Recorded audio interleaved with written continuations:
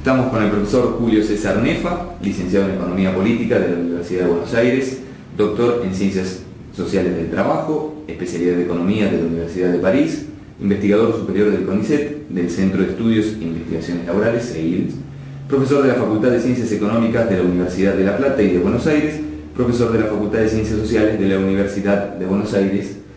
En esta entrevista, que vamos a llevar a cabo junto con el presidente del Instituto de Estudios Legislativos de la Federación Argentina de Colegios de Abogados, te damos la bienvenida y te agradecemos este reportaje para la revista La Defensa, revista digital del IDELFAC. Bueno, muchas gracias por la invitación. Es un honor para mí, sobre todo tomar contacto con esta revista digital de la cual nos habló Ricardo Cognaglia. Y bueno, es un honor y digamos tengo mucho respeto por el trabajo que hacen los abogados laboralistas que asumen un poco la tarea de que su función es compensar el desequilibrio entre capital y trabajo. Y Ricardo Cognaglia ha sido profesor de la maestría en Ciencias Sociales del Trabajo de la UBA, donde tratamos de dar una orientación, por así llamar, progresista a los estudiantes que venían graduados en distintas disciplinas. De modo que quedo a disposición de ustedes, sabiendo que no soy jurista, de modo que sobre esos temas manifiesto desde ya mi ignorancia. El tema no es observar lo jurídico solo aislado de la sociedad. El tema es conocer la sociedad para poder hacer mejor nuestra tarea jurídica, y en esto formarnos multidisciplinariamente es una obligación de cualquier buen abogado. Así que tenemos mucho que aprender. El problema es conocer para transformar, y para conocer hay que hacer investigación. Entonces el problema es que justo en este momento es que hay una crisis y que va a haber una reducción de presupuestos para el sistema de ciencia y tecnología. Eso debilita de alguna manera la posibilidad de conocer la realidad si uno la quiere transformar. Si no, es trabajar al tanteo y uno puede cometer muchos errores. No solo para trabajar es un problema la crisis, también en materia de política social hay toda una política basada en la extorsión a partir de la crisis. ¿Y qué es lo que nos está pasando en materia de relaciones de trabajo? Y en lo que más nos interesa centrar por un problema de actualidad, ¿qué es lo que nos está pasando en ese sentido con referencia al riesgo del trabajo? Tema que sabemos que el profesor ha abordado intelectualmente con un reciente libro. Bueno, el tema de los riesgos del trabajo, bueno, es eterno, ¿no? Aún antes del capitalismo los trabajadores sufrían riesgos, pero desde la emergencia del capitalismo ya el trabajo asalariado es cada vez más víctima de los riesgos del medio ambiente del trabajo, los riesgos físicos, químicos, biológicos que atentaban sobre el cuerpo. Pero la transformación que está ocurriendo en el último tiempo, sobre todo de la crisis esta del capitalismo en los años 70, digamos que surge un nuevo paradigma, está vigente en nuestros días, es que el impacto del trabajo ya no es solamente sobre el cuerpo, sino también sobre las dimensiones psíquicas y mentales, es decir, de lo que es más propiamente humano. De modo que es un salto cualitativo que se ha dado en la investigación, porque aparece un poco el impacto que el trabajo tiene sobre lo que es más propiamente humano y que estaba invisibilizado de alguna manera hasta nuestros días. Y el problema es que, como el profesor conoce perfectamente, la legislación en materia de accidentes de trabajo, de enfermedades profesionales y la ley de riesgo, básicamente, además de todos los defectos e insuficiencias que tienen, no ha incluido un solo problema de impacto sobre el ser humano provocado por los riesgos psicosociales en el trabajo. Vemos que estamos en el albor de una nueva era, pero todavía estos temas no han sido visibilizados, y los trabajadores tienen poca conciencia de eso porque están urgidos por la lucha por el empleo y también para mejorar sus salarios reales. De modo que el tema de la salud pasa a segundo o tercer lugar, y eso es un problema, porque básicamente el grado de alienación, si se quiere, o de falta de conciencia hace que al tema de la salud le den poca importancia, o que lo que es más grave es que lo moneticen. Es decir, que aparecen las primas por riesgos o las primas por presentismo, por ejemplo, que básicamente todos los sindicatos han incluido en los convenios colectivos y el Ministerio de Trabajo ha homologado. Una prima por presentismo no solamente es una prima antihuelga, sino que crea un incentivo para que una persona, aun cuando tenga derecho a quedarse en su casa porque está enfermo, vaya a trabajar por ese incentivo económico. Y eso está vigente en todos los convenios colectivos de trabajo. De modo que de lo que estamos hablando es algo muy importante, pero es un problema que el grado de conciencia todavía es muy reducido y por lo tanto no veo, salvo algunos pequeños sindicatos del cual puedo hablar después, no hay una conciencia de estos problemas. Y eso es grave. Julio, te hago una pregunta. Tu libro que ha salido reciente es Los riesgos psicosociales en el trabajo, contribución a su estudio, editado por Universidad Nacional de Moreno. También hay que decir que si uno lo busca en internet aparece el libro digital para descargarlo. Tiene alrededor de 500 páginas, es un estudio de investigación. ¿Cuál fue la necesidad de este libro? ¿Cómo surge la idea de investigar los riesgos psicosociales en el trabajo? Bueno, digamos, eso hay una tradición en estos estudios porque empezamos en los años 80 estudiando la problemática de las condiciones y medio ambiente de trabajo por un proyecto que hubo en aquella época de cooperación entre la OIT, digamos, y el gobierno constitucional. En el año 84, 85 hubo un proyecto realmente muy interesante, pero que todavía no miraba los riesgos psicosociales porque había otras cosas que eran más visibles, y del Ministerio de Trabajo de aquella época y el CONICET se llevaron a cabo unos 30 seminarios nacionales tripartitos con el apoyo de la OIT, y es de esos seminarios donde en medio de la reflexión surgió el concepto de condiciones y medio ambiente de trabajo. Nosotros hacemos un acrónimo que llamamos CIMAT, es decir que es un concepto que tiene una historia en Argentina y que surge como resultado de esa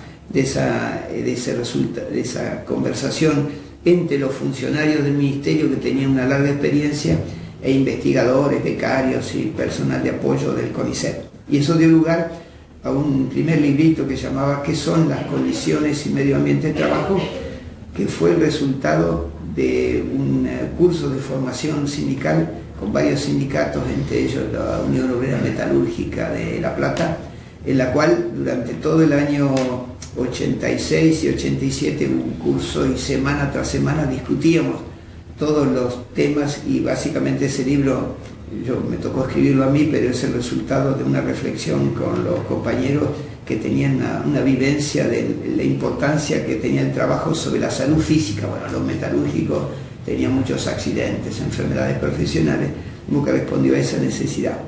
Pero las cosas fueron evolucionando y por suerte durante mi exilio en Francia tuve contacto con economistas y sociólogos y ergónomos que me ayudaron a entender un poco otras dimensiones del problema.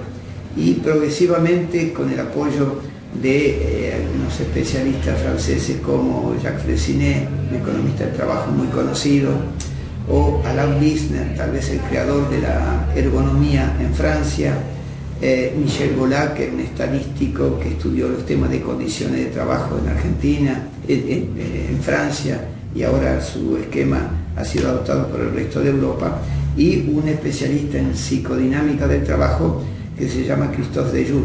Entonces, estos conocimientos de la ergonomía y de la psicodinámica del trabajo y de la economía del trabajo hizo que empezáramos a reflexionar en Argentina sobre este tema, y con el apoyo de nuestros colegas franceses.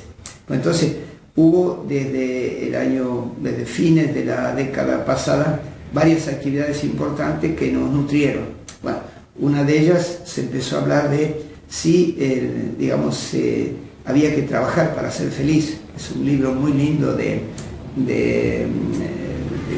Michel Golac, donde una encuesta a más de 50.000 personas en Francia puso de relieve qué cosas eran lo que hacían felices a la gente en su trabajo. Es decir, que hasta ese momento se hablaba de que el trabajo era fuente de sufrimiento, una especie de una maldición bíblica, digamos, por el pecado original. Bueno, básicamente se pensaba que necesariamente el trabajo estaba vinculado con un riesgo. Bueno, entonces el problema es que la contradicción era que, cierto, para muchos el trabajo es solamente fuente de riesgo, pero había también personas que sentían la satisfacción de trabajar y que el trabajo le daba de alguna manera alguna satisfacción y que lo hacía crecer, lo hacía aprender, le hacía tomar contacto con otros compañeros o luchar con los sindicatos para mejorar las condiciones de trabajo. Entonces aparece de alguna manera con el aporte de la ergonomía y el aporte de la psicodinámica del trabajo la concepción central de este libro, que es que el trabajo no es patógeno, es decir, el trabajo no produce el riesgo, son las condiciones en las cuales se ejecuta el trabajo. Porque si uno piensa que el trabajo es patógeno, entonces uno le daría pie a toda esta teoría que habla del fin del trabajo, de que, bueno, básicamente el trabajo no es patógeno, pero básicamente las condiciones en las cuales se ejecuta el trabajo es lo que provoca daños a la salud. Bueno, entonces, eso hizo que en la Universidad de La Plata y en el CONICET se pusieran en marcha varios proyectos de investigación sobre ese tema, y bueno, con el apoyo de nuestros colegas, la discusión y las encuestas que estamos haciendo, surge de alguna manera la necesidad de poner en evidencia estos riesgos psicosociales en el trabajo que, digamos, superan la vieja concepción de condiciones y medio ambiente de trabajo, y que a medida que uno lo estudia más aparece como algo importante. Bueno, entonces por eso es que 5 años de reflexión y de proyectos de investigación dieron lugar a una publicación que primero la pusimos, como dijo acá el doctor, en el sitio web del CONICET, y es accesible gratuitamente, y que empezó a circular por el mundo, o sea, de alguna manera porque tienen menos restricciones que un libro impreso. Y luego, como ese tema también se investiga en la Universidad de Moreno, digamos, la universidad accedió a editar ese libro, y por eso es que tenemos la posibilidad de tenerlo impreso. De modo que es el resultado de una reflexión teórica sobre qué son estos riesgos psicosociales en el trabajo, y luego ese marco teórico nos permitió llevar a cabo varias investigaciones sobre este tema en empresas, estamos en la universidad, en clínicas médicas, y lo más reciente tal vez y lo más notable para esto es que dentro del ANSES hay 4 sindicatos, una paradoja, digamos, hay pocas organizaciones o empresas donde haya 4 sindicatos legalizados, ¿no? Está UPCN, ATE, APOPS y un sindicato que se llama CECASPI, que es el viejo sindicato de la Caja de Asignaciones Familiares, que desapareció allá por el 91, 92, y eran los dueños del edificio que después quedó en manos del Ministerio de Trabajo en la actualidad, ¿no? Bueno, ese sindicato es chiquito, serán 2.500 afiliados,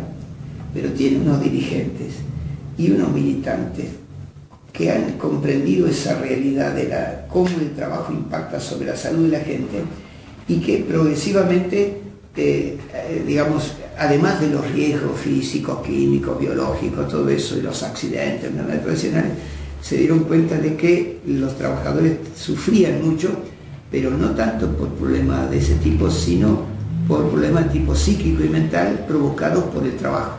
Entonces se hizo una encuesta en todo el país, que acaba de estar, un libro que está en preparación, tenemos ya los materiales, tenemos que editarlo, donde se utilizaron 4 metodologías para estudiar esto. Es decir, que primero, es un tema tan complejo que con una sola disciplina no se lo estudia, imposible.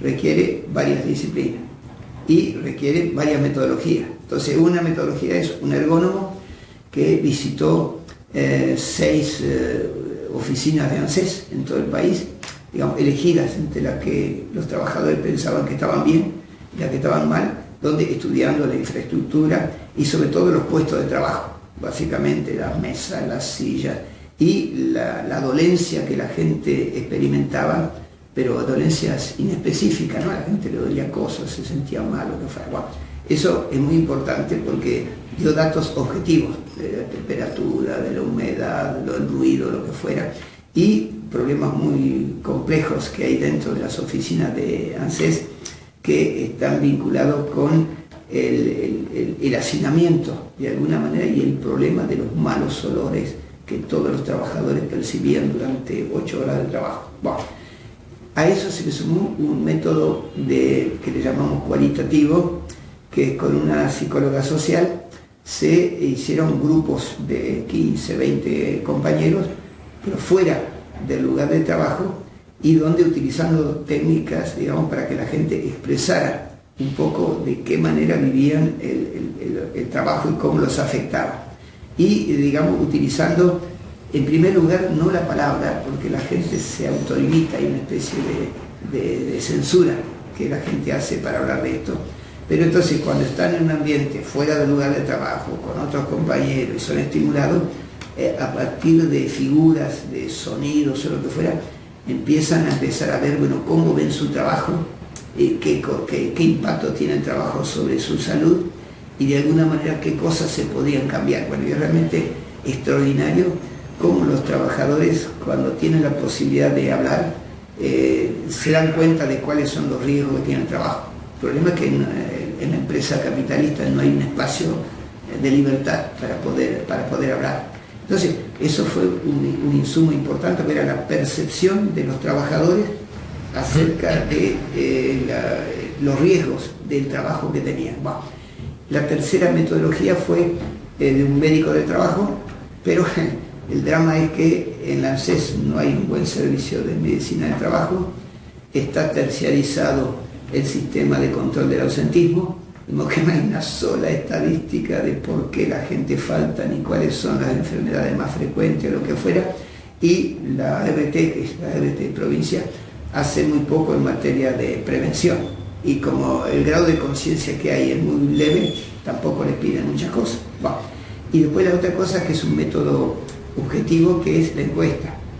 Entonces, tomamos como experiencia la encuesta que se hizo en Francia desde el año 76, se está haciendo cada 4 años, y ahora se hace en todos los países de Europa, una encuesta sobre el tema de las condiciones de trabajo y los riesgos psicosociales. Una encuesta larga, pero muy completa, y formamos encuestadores en la Universidad de La Plata, en la UBA y en el Nordeste, y el sindicato cubrió los gastos de los encuestadores y también los desplazamientos para que fueran lo que fuera, y se hicieron unas 800 encuestas y que se procesaron en un servidor libre que tiene la universidad, y que hemos analizado los resultados, y bueno, realmente es algo impresionante un poco cómo aparecen las cosas. Bueno, entonces, el método, esta teoría, de alguna manera termina diciendo que hay factores de riesgo psicosocial.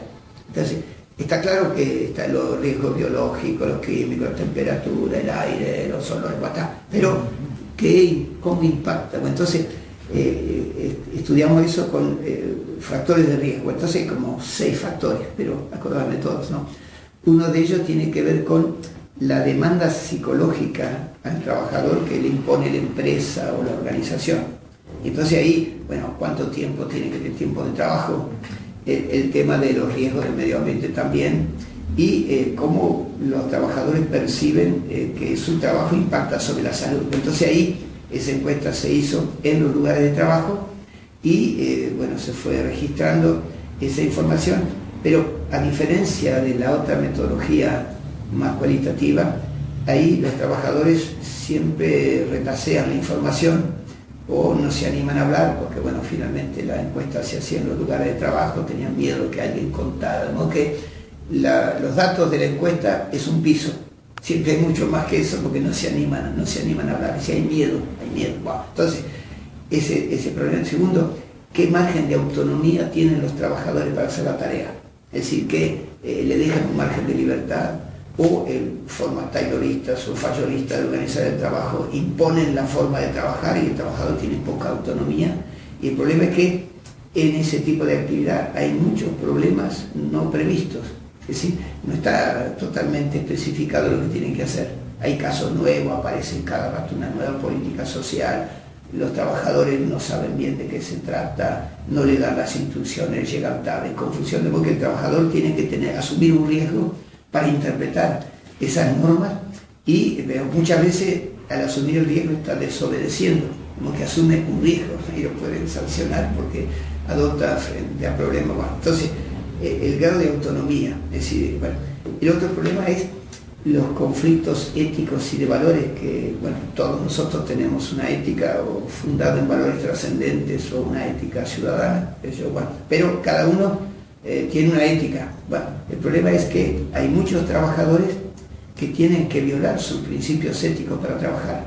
Es decir, para trabajar tienen que hacer cosas con las cuales no están de acuerdo o cosas con las cuales están en total desacuerdo, pero no tienen libertad para poder renunciar a hacer eso porque son asalariados y los pueden despedir. De modo que muchos trabajadores demostraron que básicamente hacían cosas que le parecían que estaban mal, o por materia de asignación de derechos o lo que fuera. Bueno, entonces había un conflicto ético que a la gente le hace sufrir y vamos a ver después que todo eso repercute finalmente sobre el cuerpo. Bueno, otro problema es el tema de las relaciones sociales y de trabajo. Es decir, que el trabajo está en los riesgos físicos, químicos, pero después está la relación de los trabajadores entre sí. Y hay acoso, hostigamiento, malos tratos, cosas por el estilo, violencia física, violencia verbal, que los trabajadores lo impactan. Por ahí no hay sangre, no hay una herida, pero psíquicamente la gente recibe muy mal que lo puteen, que lo insulten. Prácticas de discriminación sí, también. Discriminación, obviamente. Bueno, entonces, este tema, bueno, después está la relación con los supervisores. Bueno, como todo organismo público, la política juega un papel. Y bueno, la gente sufría mal que los jefes eran puestos a dedo por política, no entendían mucho de qué se trataban y que no sabían, de modo que una situación es muy molesta cuando la gente piensa que el superior no conoce bien el trabajo. Entonces hay una situación molesta que la gente no hay discriminación, no hay, ¿cómo podemos decir? El tema de la discriminación, pero también de la justicia organizacional, si no solamente la justicia de los tribunales, no, dentro de la organización hay cosas justas e injustas, cómo se ingresa, a dedo, es por concurso. No había, por ejemplo, la posibilidad de promoción, los concursos han cerrado de hace no sé cuántos años, no hay una carrera administrativa.